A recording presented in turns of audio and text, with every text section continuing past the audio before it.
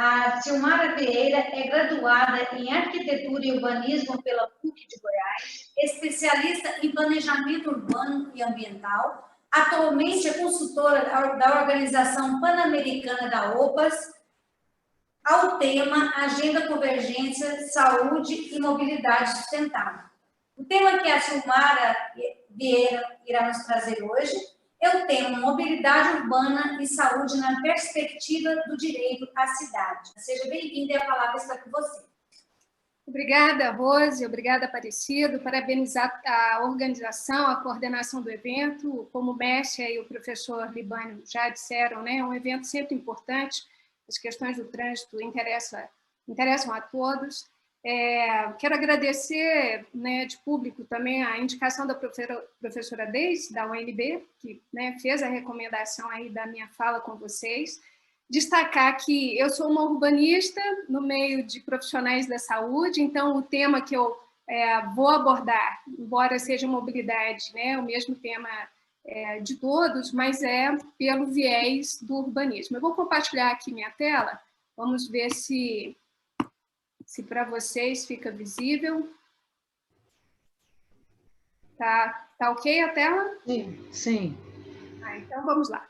Bom, mobilidade urbana e saúde é o tema que eu vou falar, mas sob essa lente da perspectiva do direito à cidade. E eu queria já, de pronto, chamar a atenção a duas questões fundamentais. Primeiro, é que a mobilidade é um direito social, assim como a saúde, assim como a educação, assim como o trabalho, a habitação, assim como a assistência social e a segurança pública, com um aspecto relevante a mais, não no sentido de ser mais importante que os outros direitos, de forma alguma, mas com um aspecto relevante nessa importância, que é a mobilidade é um fator fundamental para que os outros direitos sejam acessados. Seja pelo usuário do sistema de saúde que tem que se deslocar de casa até a unidade de saúde, seja quem vai deslocar de casa até a educação, a escola, a universidade, seja deslocar de casa até o trabalho, a mobilidade é um fator, é uma condição para que as pessoas acessem os outros direitos. E essa é uma questão importante para que a gente já grife na nossa discussão. A segunda questão que eu quero trazer, e aí descendo a lente, né, para mobilidade segura e vida no trânsito, é que as condições de mobilidade, de vida no trânsito, de segurança para o habitante da cidade em relação à mobilidade está intimamente relacionado à cidade que nós vivemos e ao modelo de cidade que nós temos. E por que nós estamos falando de cidade? Podíamos estar falando aqui de mobilidade, né, rodoviária, de viagens aéreas, de, né, deslocamentos entre regiões, mas nós estamos focando em cidade porque é nesse território urbano que se concentra a maior parte da população do mundo. Enquanto a ONU projeta para 2050 75% da população mundial viver em cidades, o Brasil já passou de 80% a população urbana, e a projeção para 2050 é que a gente ultrapasse 90%. Então, toda intervenção para o bem e para o mal no território da cidade é uma intervenção de escala de repercussão muito grande em relação à população. E de que cidade que nós estamos falando? É importante que a gente tenha isso claro. É importante que a equipe da saúde tenha claro que esse território é um condicionante para a qualidade da saúde, para as condições da saúde dessa população, e a gente está falando de uma cidade que historicamente está sendo produzida de forma dispersa, espalhada no território, desconectada, regiões que não têm integração com outras regiões, com localização de habitações em áreas bastante distantes, com uma centralidade quase única, todo mundo tendo que se deslocar de áreas periféricas ou suburbanas até as áreas centrais, onde estão concentrados os negócios, as atividades econômicas.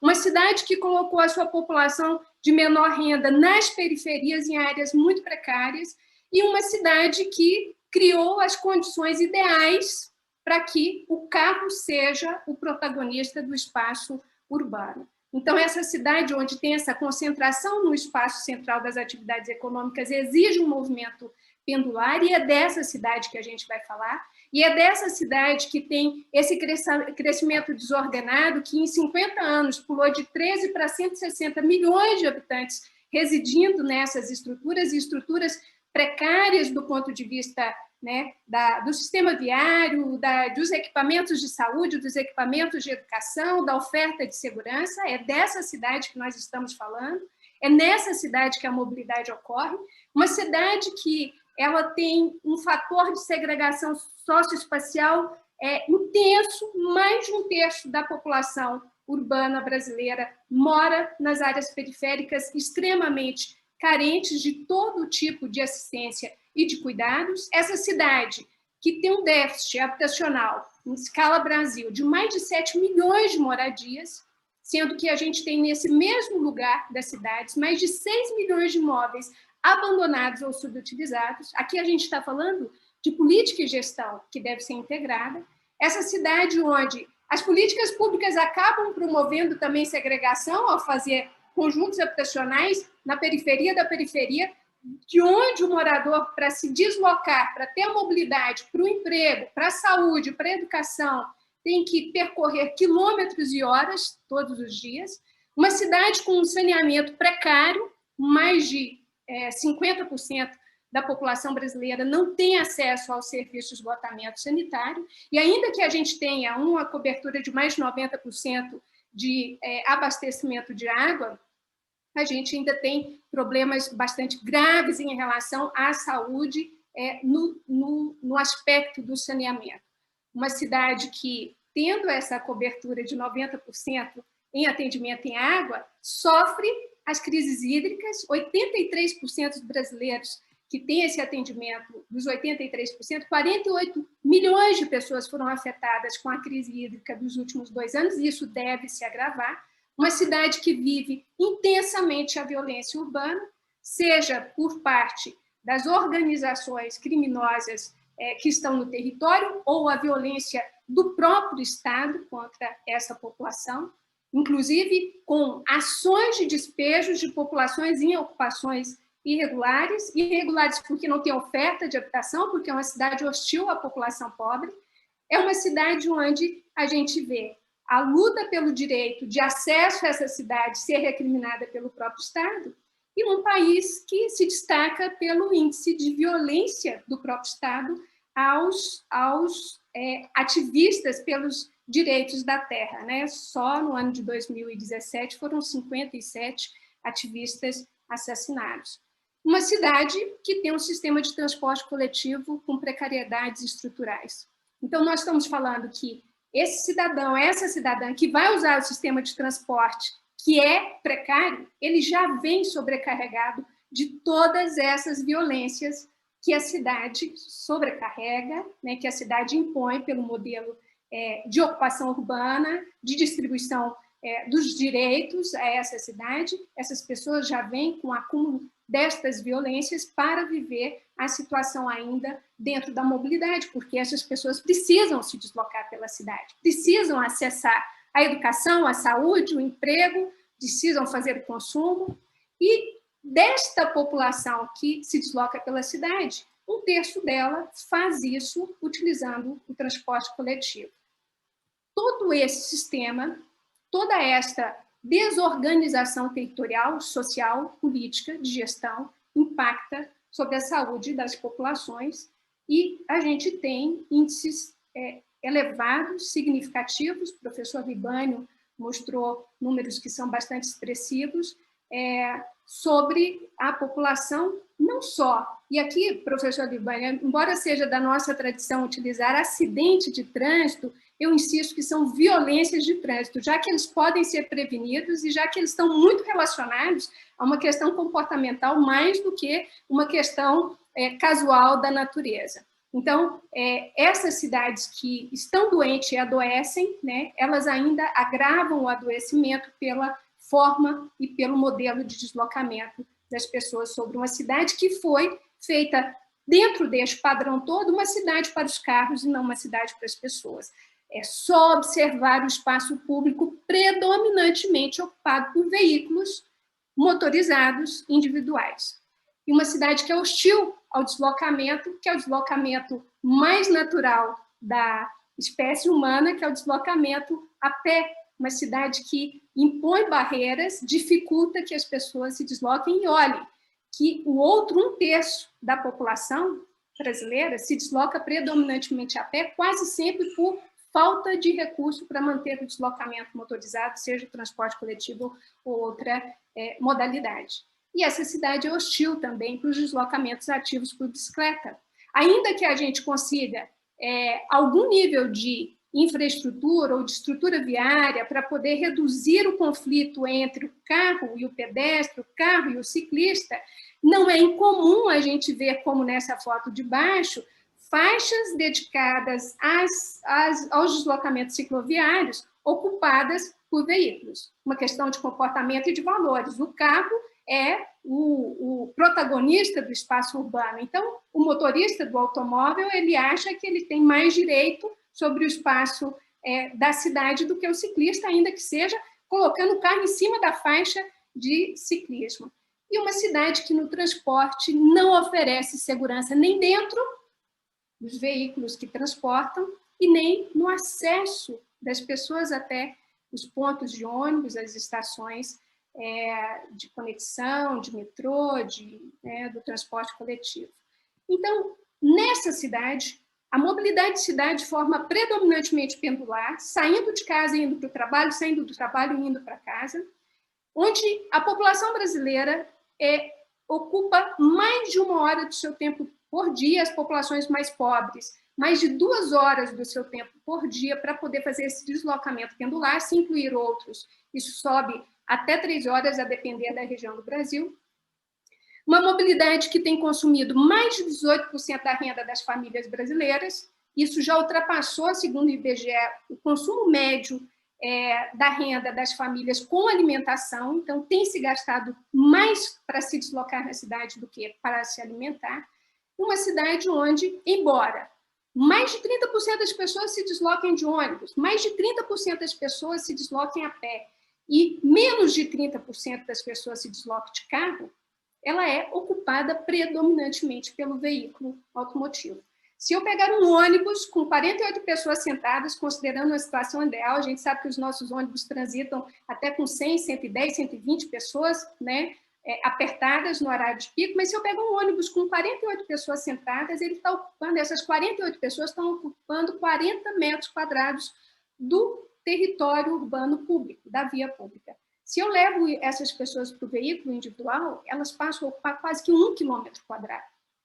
E tem um fator importante para a gente poder analisar, é que, embora isso seja uma média no Brasil, a gente tem pequenas diferenças, ou diferenças que são significativas do ponto de vista do resultado, do impacto sobre a saúde, sobre a qualidade de vida, a depender das características dos municípios brasileiros, e aqui eu trouxe uma apenas, que é a questão da escala populacional. Vocês podem ver aqui, em áreas com mais de 1 milhão de habitantes, aqui a gente está se referindo a cidades maiores ou regiões metropolitanas, fica mais ou menos nessa ordem de quase 80% população se deslocando a pé e do transporte coletivo e menos de 30% se deslocando de carro.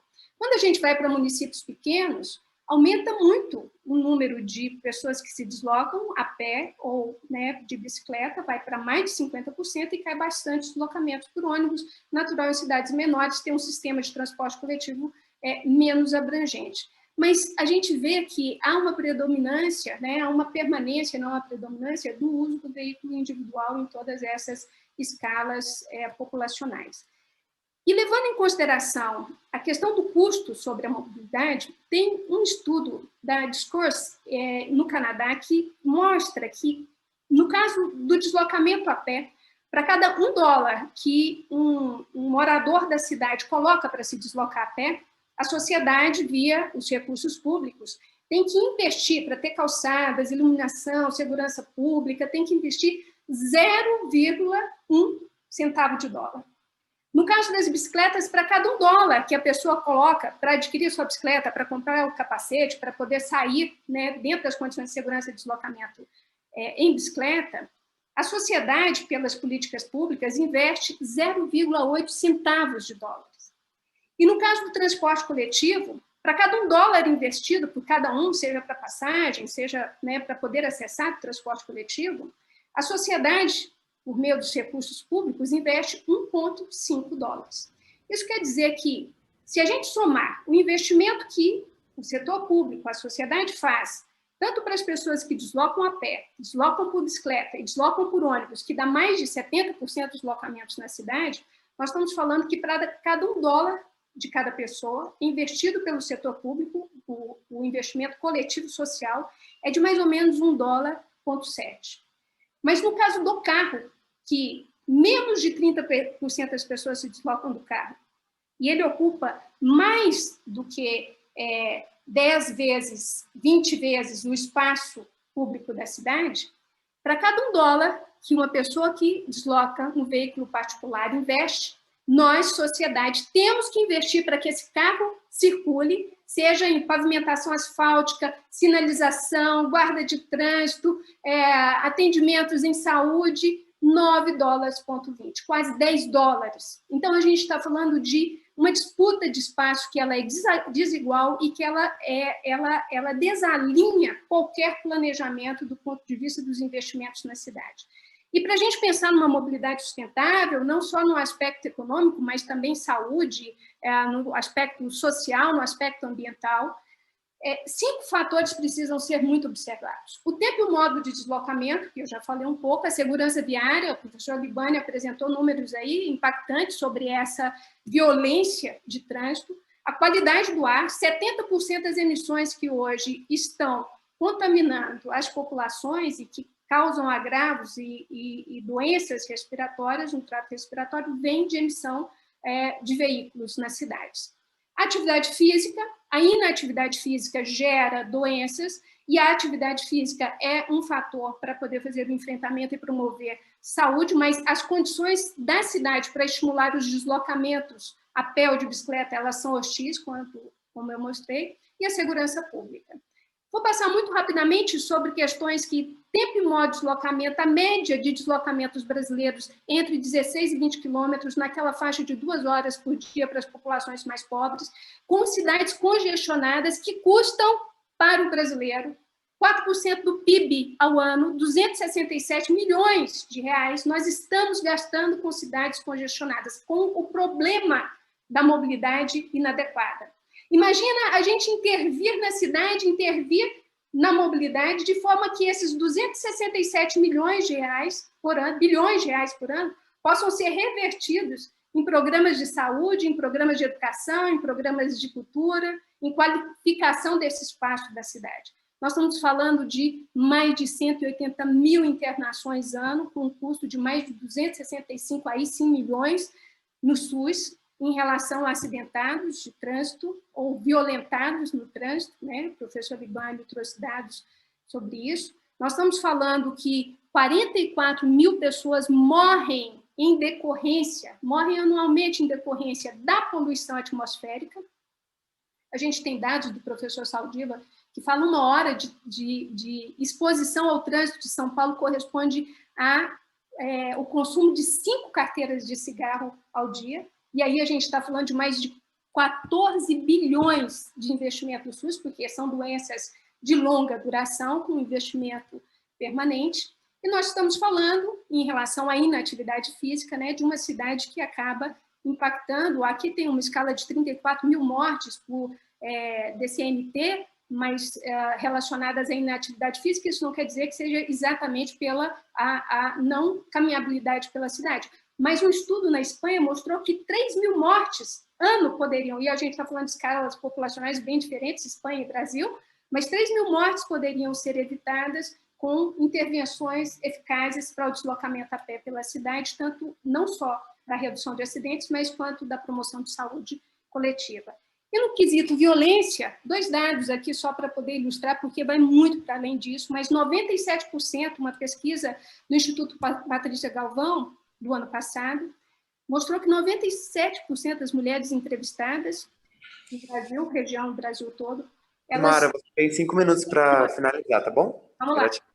97% já sofreram algum tipo de assédio sexual nos meios de transporte, 54 mil assaltos ocorreram em ônibus no ano de 2019.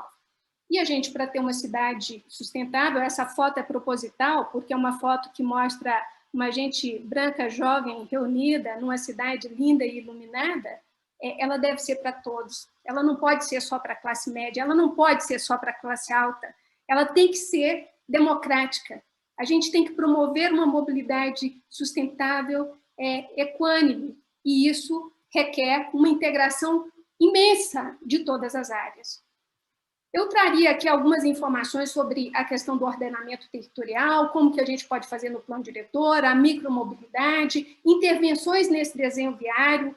Já tem bastante coisa produzida sobre isso, mas eu vou finalizar focando na questão da mobilidade como um direito social, resgatando o ponto inicial da fala e uma condição elementar para acesso aos outros direitos, lembrando que, para além de quem desloca para a atividade de saúde, para receber o atendimento de saúde ou para ir para a unidade escolar, para além de quem vai receber o serviço para ser oferecido, ele também está dependendo das pessoas que usam a mobilidade, seja o médico, seja o enfermeiro, seja o professor, seja o pessoal do atendimento, seja o pessoal da limpeza. Para fazer funcionar aquilo, eles precisam se deslocar pela cidade.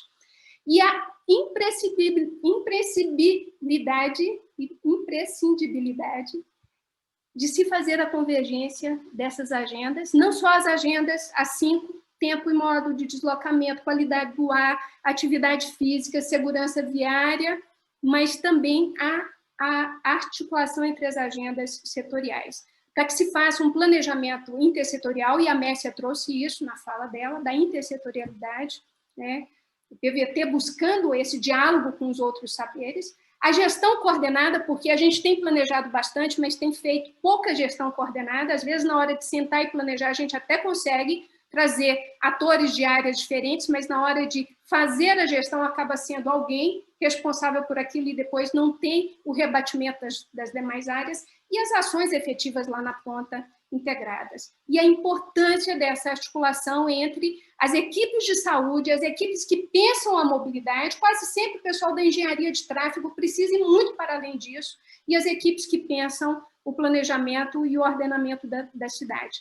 Lembrando que nós temos um repertório institucional riquíssimo, desde a Constituição, Estatuto da Cidade, Plano Política Habitacional, Política de Saneamento, Política de Gestão de Resíduos, Política Ambiental, Políticas de Mobilidade avançadíssima, Plano de Eficiência Energética, que já prevê mudança de matriz energética para os veículos, Estatuto da Metrópole para prever esse ordenamento do território de forma mais integrada, mas nos falta, para além desse arcabouço institucional, ação integrada, articulação entre as áreas, e não nos colocarmos de forma passiva e pacífica com a subtração dos nossos direitos. Isso tudo que nós falamos está garantido em lei, está garantido na Constituição.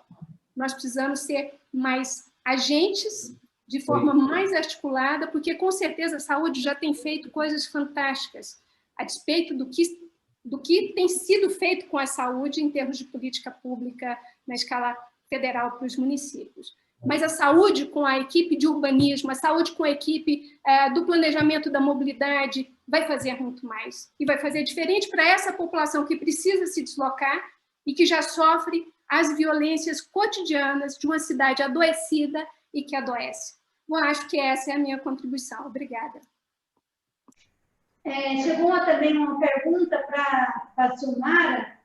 Como os atores envolvidos, né, aqui nessa temática, aqui nesse momento, podem contribuir com a mobilidade urbana e essa gestão compartilhada, garantindo os aspectos socioeconômicos, socioculturais e socioambientais, como você colocou nos seus questionamentos, né, nas suas exposições aí, e que foi, assim, altamente elogiada aqui no chat pelo pessoal, as contribuições que você colocou, e principalmente trazendo essa mobilidade segura como um direito do cidadão, né?